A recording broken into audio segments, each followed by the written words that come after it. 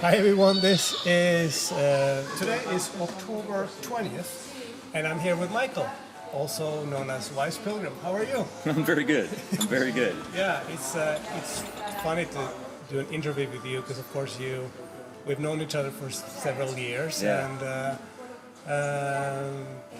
I think a lot of people know you, but then maybe don't know much about you. They don't know much about, they know the brand or they know the books or they know the apps. But Because Wise Pilgrim is, of course, Michael is the one that have written all the guidebooks, and he has also created all these various apps based on the guidebooks, I guess. Yeah. And then you have the big map that I'm selling on the store, that he is also selling on his store. And now the new things that you've done just recently are all the fine photos that you is the put up. photography, Yes. getting back into the fine art world a bit. So I wanted to go through all of that with you, but first of all, as I'm sure many wonder, because they have asked me the same question, how did you end up? Where did it all start? What happened? You know, it's funny enough, I don't remember how it all started. I remember my first Camino was in 2003. I was fresh out of university and summertime was coming up, looking for something to do, and somehow, some way, the Camino came on my radar, and I just booked it. I was working as a photographer at the time, and I was blessed to have a month off. You've done photography before? Yeah. Actually, those were my studies. I have a degree in photography. Oh, you have? Yeah. They weren't giving out degrees in guidebook editing, so I went for photography instead. Oh, that's nice. I didn't know that. Yeah. That's good. So that was 2003. That was 2003. Is that when you walked the first time? When I first walked, yeah. And it was exactly 1 month from Valles to finish there and back. Yeah. You walked back? No. And then back home, I mean to say. Back home, yeah. Okay. And of course, back then there were very few guidebooks. I don't think John Brierley, well, I didn't certainly have his book.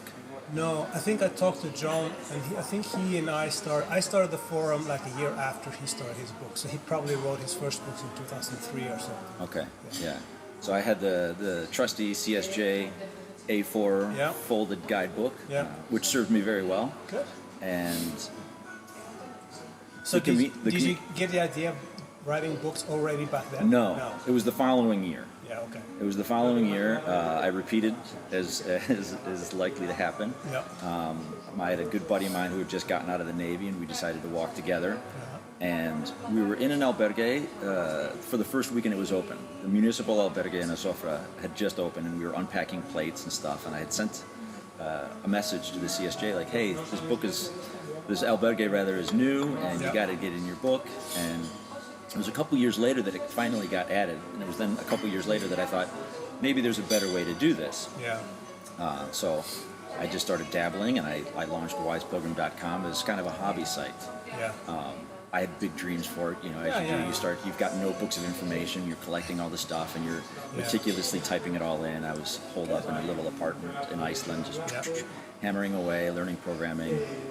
It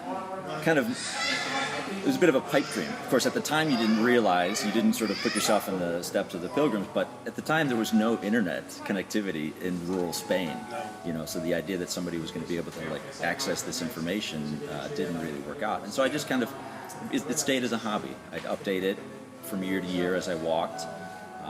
But then when the iPhones came out, the idea of being able to put it in your pocket became the thing.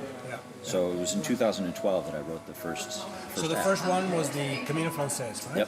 Yep. I did that, and then that was followed by the Norte, and then the Portuguese.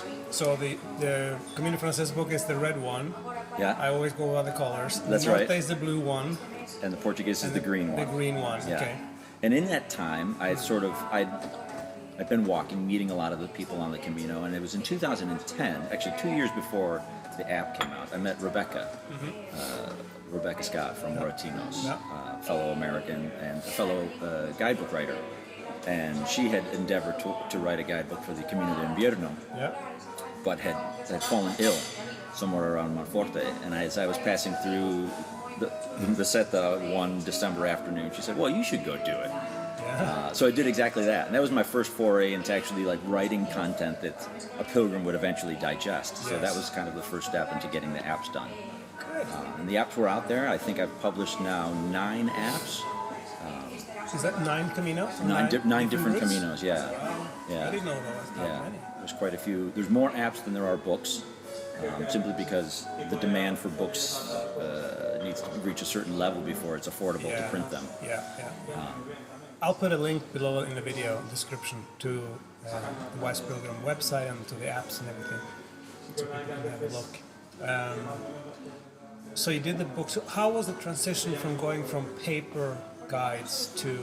Well, it went from the other way. It went from digital to paper. That's right. You had the apps first. Yeah, I had the apps first, and it wasn't until I had moved to Spain, which was the end of 2015, Christmas of 2015. The following summer, I decided, after talking with Pilgrims and other authors of books, that it really didn't make sense to have all of this up-to-date information, but only available to people who were willing to carry it on their phone. Yeah. And of course, the Camino is a place where you can totally disconnect. So it's funny. Some people like the paper, and some people don't mind the phone. Yeah, they both have their charms. Yeah. Right. If you have an app, you sort of appear antisocial. If you're doing something as benign as checking to see what's just ahead, you kind of close out what's around you. Whereas if you open up a book, you're a little bit more likely to invite a conversation. True. You know, the pilgrim at the next table might say, "Where are you heading tomorrow?" Or exactly. You know. And a book is also, I feel, a little bit more when you dream or plan it a little bit. You could browse a book easier than you browse. It's more natural to flip pages than it is to scroll the screen, for sure. Yeah. For sure. And I personally prefer the books. Yeah. With the exception of the maps. I think on the apps, because now the apps, of course, have offline maps. So if you're walking a trail that's newish or maybe isn't developed as well as it should, I'm looking at you, coastal routes on the Portuguese. Some of the arrows from year to year, the Caminos change a bit. The Camino Francés is pretty solid, but the Norte and the Portuguese kind of have these little squirmy bits where maybe some farmer doesn't want you in their neighborhood anymore, and so, but being able to pull out a little app and say it just sees exactly where you want to go. You have the GPS too, I guess, so you can see where you are. Yeah. So it shows you right there, and it's as simple as, where am I? And then you see the roads, but you see the dot goes that way, so you go that way. Exactly. You know. Or if you're an adventurous kind, you can go, well, you know what, the beach is over there, and I see if I can, you know, for the people who don't necessarily want to stay strictly on the Camino, but are a bit more free-spirited and looking for diversions along the way. That's good. And then I remember a few years ago, I started selling the, was it IGN, the map from the Spanish government, the fold-out map. Yeah. And the big, beautiful fold-out map. Yes, exactly. Like, it's not very good for walking with it, but it's nice to have at home when you fold out on the kitchen table and make, plans. And we were talking, and we were like, maybe that could be something. For a product for you. And then you created this beautiful map that is not so much for putting on a table, but more for framing and put it up on the wall. Yeah, it's for putting up on the wall. I think I was looking for something. So once you do one Camino, you're inclined to go and do another, and then another, and another. And if you reach a certain point where your brain starts to struggle to see how they're all connected. So I was looking for a way, and a good-looking way, to put something on the wall, to see, to plan. Not necessarily for the first Camino, because I think when people do their first Camino, it's going to be one of the big three, the most well-documented ones, the ones that people are rather comfortable with doing. But then how does the Levante connect? How does the Olvidado connect?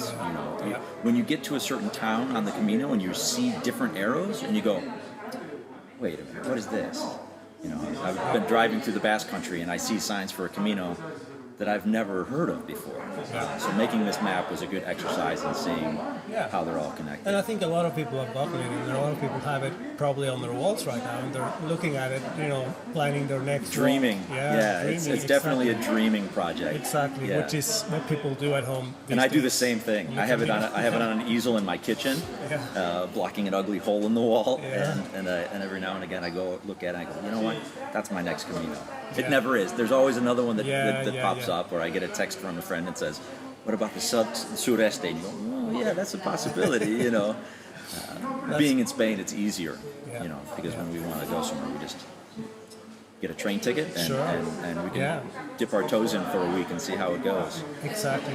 Now, talk a little bit about the latest project, the photo project. The photography. Yeah. Yeah. So, of course, quarantine times haven't really done much for the business side of Wise Pilgrim, as you would imagine. Yes. Maps continue to do okay, and the support from Pilgrims has been tremendous.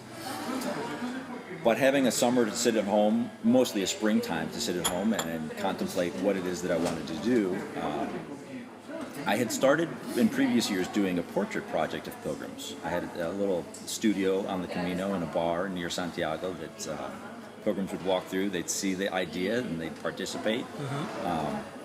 But I wanted to do something more with that. That was something where you took pictures of pilgrims in their outfit with their dirty hair. Straight off the trail, sweaty or not. Exactly, Yeah. sweaty, and that's what they look like. And I Yeah. think I've seen a lot of those pictures, and they look great. 'Cause Yeah. I think people also like those pictures because that reminds them of who they were. Of who they were. Walking. Yeah. Yeah. Because when you get home, you clean up and you're a different Yeah, person. yeah. The people have come through injured. I remember one guy had a cast on his arm. Yeah.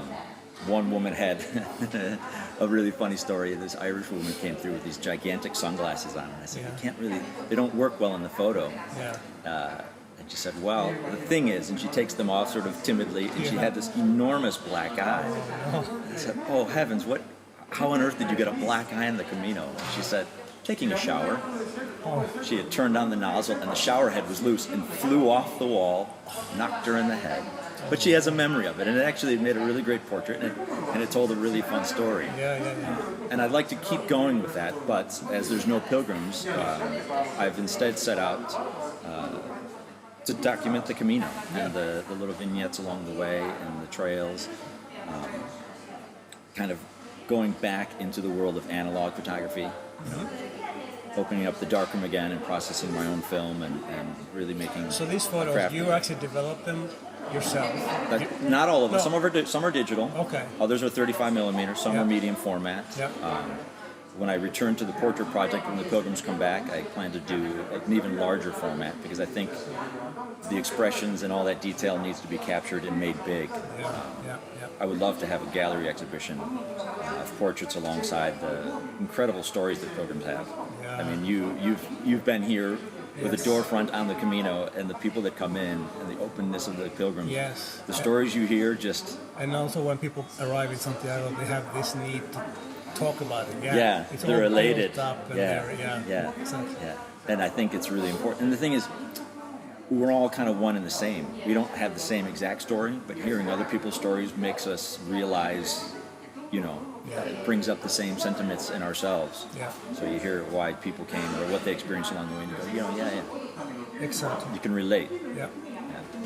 So you mentioned the books. Of course, the guides haven't been selling much this year. This year, yeah. So, what are your plans for next year, and how are you thinking about books going forward? What happens going forward? Well, Wise Pilgrim is here to stay, so we don't have to worry about that. As soon as they started opening up the fronteras again, I quickly redesigned the apps to include some information about what albergues were going to be open and which ones are going to be closed. And that works really great for the apps. You can immediately push that information out. But that information is really squirrely. An albergue might open, and then the elderly hospitalero that runs it decides a week later, you know what, this is a little too much for my comfort, and they close, but they'll never notify you. Exactly. So the phone call you made to them a week previous got you good information, but the next week it became bad information, which makes printing something of an impossibility.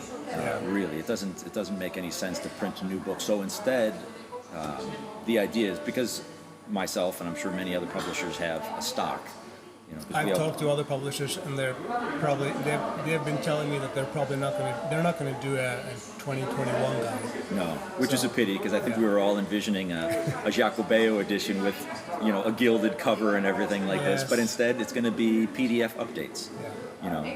Whether if it's weekly or if it's bi-weekly or if it's monthly, depending on how quickly the information comes and changes. I think that's a good idea because, and that's what also Braley has been, or the publisher of John Braley guides and the Village to Village guides and the Cicerone has also been saying the same thing, that they're not planning on printing more books. They're trying to sell out the books that they've printed for this year that hasn't sold anything, and then having PDF updates. It would be. I think if you took all of our books, John's, mine, David's, Cicerone's, and you put them in a room, and you say, okay, now throw all that paper away. I think we'd all realize how heartbreaking it is. And we're in reprint season now. You know, this is the season where all the albergues know what's coming on for next year, and this is when we're printing. But of course, now we have no idea. And we're in the middle of a pandemic now. Spain is getting worse and worse COVID-wise, and you don't know how long when things are going to close down. If they're going to close down, how long they're going to stay closed. How many people would survive? The business will survive. That's right. Very So I would say that probably for the next. I would say the books that are printed now will be good for at least another 2 years, which is to say that if you buy the book now and you download the PDF in May when you walk in 2021, or May when you walk in 2022, that PDF will be sort of an aggregate of all the changes. Exactly. Oh, okay. Well, that's a good idea. Yes, you have an aggregated, updated PDF. It's not going to be one PDF for each month, and you have to. No, absolutely not. No. It's this is the book, and this is everything that's new in the book. Very good. That'll be albergues which I've closed, new ones. God willing, that if anybody's, there are actually a couple new owners on some albergues. Yeah, I'm sure. There's a couple Americans on the Frances that have albergues, and new management on the Norte. So the hospitaleros are out there. They're waiting. Everybody's eager to have it moving. So it'll be an aggregate of all of those changes. Good. So depending on when you walk, you just download it the week before you go. So I'll have that available on my store, and I'm sure on your store as well. That's right. You will have available. Downloadable PDFs with updated information. And I'm sure there'll be a link in the forums which compiles everybody's that says go here, go here, go here, and these are the. Exactly. It'll just be a resource, I'm sure. It's probably a good way to do it. Yeah. Very good. Anything else that you wanted to talk about before we stop? You know, just maybe a big thank you to the pilgrims that are out there, to the pilgrims who this week bought some photos, as was an interesting thing being an artist, putting photography out there to see do people enjoy it. I enjoy making it. I enjoy seeing it on the wall. I hope other people do as well. We sold a few, And for the people who keep buying books and apps because they're sitting at home and they just, they haven't given up the dream yet. Neither has Ivar, neither have I. So, thank you for keeping this going. Santiago's here. We're in a beautiful cafe. Casino. We're in the casino. That's right. And we're waiting for you. So. Exactly. Let me just turn the camera. So there's no one here. Well, there's a few people. Anyway, thank you for doing this, Mike. Thank you for having me. Okay. Ciao, ciao.